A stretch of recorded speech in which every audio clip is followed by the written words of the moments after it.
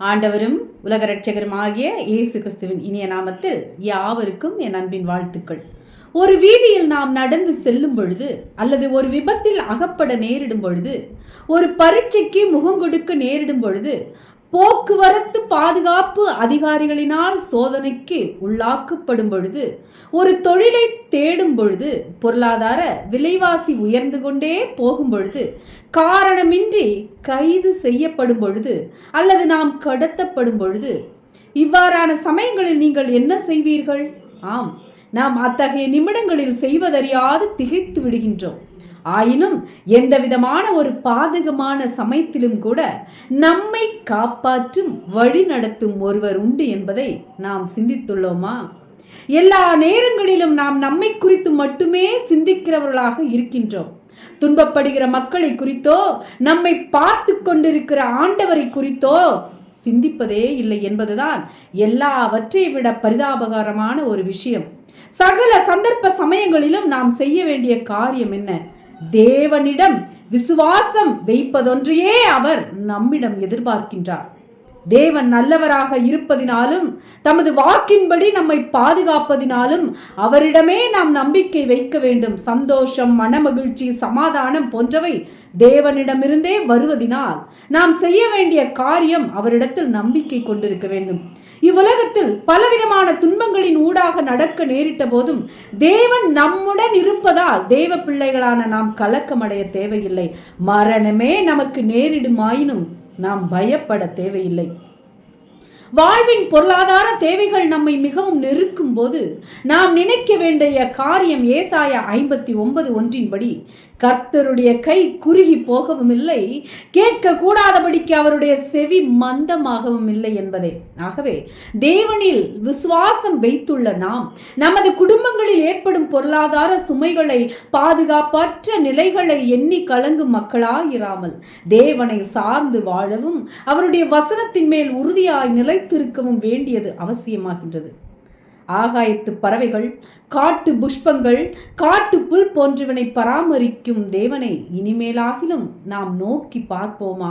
மத்தேயு 6:25-29 வரை. அன்றாட உணவுப் பொருட்களின் விலைவாசி உயர்வினாலும், யுத்தத்தின் தாக்கங்களினாலும், நோய்களினாலும் பாதிக்கப்பட்டிருப்பதை காண்கிறோம். உலகில் உள்ள யாவற்றையும் பிழைப்பூட்டுகிற பரமபிதா உங்களையும் கவனிக்கிறார் என்பதை இன்று உணர்வீர்களானால் நீங்கள் பாக்கியவான்களாக இருப்பீர்கள். உங்கள் சிந்தனைகளை இந்த உலகத்துக்குரிய பொருட்களின் மீது வைத்து விடாதிருங்கள். இன்று இவை தேவைதான், ஆனால் என்றென்றும் தேவையானதொன்றல்ல. உங்கள் தேவைகளை சந்திக்கும் தேவன் மீது எப்பொழுதும் உங்கள் கவனத்தை வைத்திருப்பீர்களாயின் அவர் உங்கள் நல்ல மேய்ப்பனாக இருந்து அன்றென்றுள்ள ஆகாரத்தை அனுதினமும் தந்து புல்லுள்ள இடங்களில் மேய்த்து அமர்ந்த தண்ணீரண்டை உங்களை வழி நடத்துவார். தினம் தினம் கவலைப்படும் மனிதர்களின் மத்தியில் கடைசி வரை நம்மை பாதுகாக்கும் சர்வ வல்ல தேவனின் கரத்திலே தஞ்சம் புகுந்தவர்களாக வாழ்கின்றோமா? சிங்க குட்டிகள் தாழ்ச்சியடைந்து பட்டினியா இருக்கும் கர்த்தரை தேடுகிறவர்களுக்கோ ஒரு நன்மையும் குறைவுபடாது. சங்கீதம் 34:10. சங்கீதக்காரன் இவ்வாறே கூறியுள்ளாரே. இயேசு கூறினார், நானே உயிர்த்தெழுதலும் ஜீவனுமாய் இருக்கிறேன், என்னை விசுவாசிக்கிறவன் மரித்தாலும் பிழைப்பான். யோவான் 11:25. ஆகவே ஆத்துமாவை கொல்ல வல்லவர்களாயிராமல் சரீரத்தை மாத்திரம் கொல்லுகிறவர்களுக்கு நீங்கள் பயப்பட வேண்டாம். ஆத்துமாவையும் சரீரத்தையும் நரகத்திலே அழிக்க வல்லவருக்கே பயப்படுங்கள். மத்தேயு 10:28. ஆபகுக் தீர்க்கதரிசி இவ்வாறு அனுபவித்து கூறுகிறார், அத்திமரம் துளிர்விடாமல் போனாலும், திராட்சை செடிகளில் பலம் உண்டாகாமல் போனாலும், ஒலிவ மரத்தின் பலன் அற்று போனாலும், வயல்கள் தானியத்தை விளைவியாமற் போனாலும், கிடையில் ஆட்டு மந்தைகள் முதலற்று போனாலும், தொழுவத்திலே மாடு இல்லாமல் போனாலும், நான் கர்த்தருக்குள் மகிழ்ச்சியாயிருப்பேன், என் இரட்சிப்பின் தேவனுக்குள் கலிகூறுவேன். ஆபகுக் 3:17-18. ஆகவே நமது கையின் பிரயாசம் நமக்கு இல்லாமல் போனாலும் கூட எப்பொழுதும் நாம் கர்த்தருக்குள் மன மகிழ்ச்சியாய் இருக்க பழகிக்கொள்வதே சிறப்பான காரியமாக இருக்கின்றது.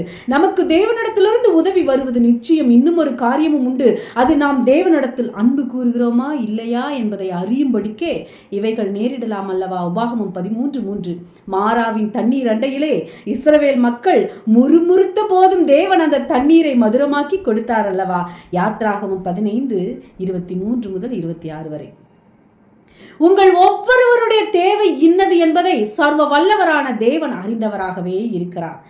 இஸ்ரவேல் மக்களின் வனாந்தர பயணத்திலே மன்னா, காடை, தண்ணீர், இறைச்சி என அவர்களுக்கு தேவையான யாவற்றையும் சந்தித்த தேவன் இன்று உங்களின் தனிப்பட்ட தேவைகளையும் சந்திக்க வல்லமை உள்ளவராகவே இருக்கிறார்.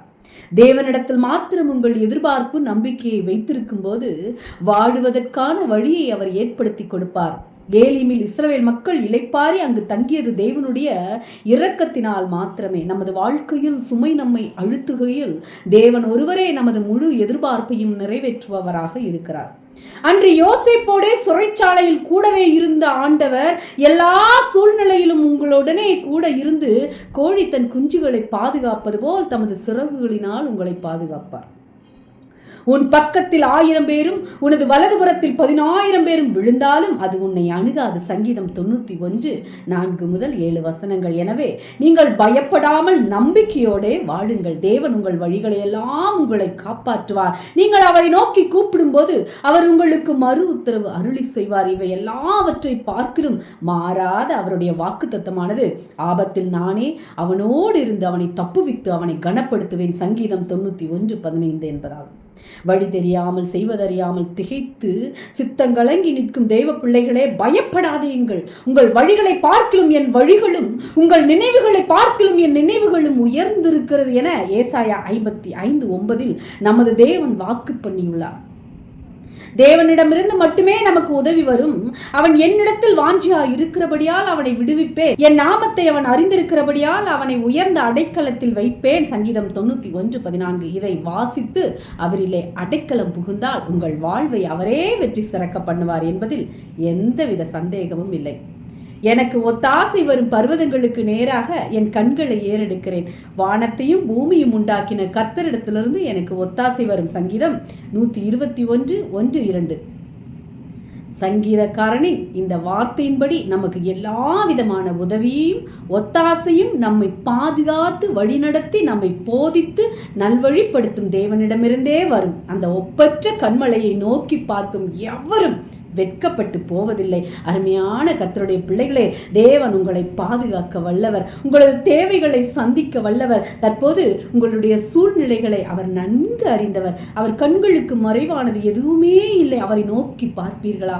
எத்தகைய சூழ்நிலைகளையும் நீங்கள் பரீட்சைக்கு முகம் கொடுக்கும் போதும், சோதனை இடப்படும் போதும், படுத்திருக்கும் போதும், எழுந்திருக்கும் போதும், நடக்கும் போதும் தேவனை நோக்கி பார்ப்பீர்களா? அவரை மட்டும் நம்பி வாழ்வீர்களானால் எத்தகைய பாதகமான சூழ்நிலைகளிலும் கர்த்தர் தாமே உங்களை பாதுகாப்பார், நம்மை பாதுகாப்பார். ஆமென். தேவன் தாமே இந்த வார்த்தையின் மூலம் உங்களை ஆசீர்வதிப்பாராக. நீங்கள் ஆசீர்வதிக்கப்பட்டவர்கள். அல்லேலூயா. Price God.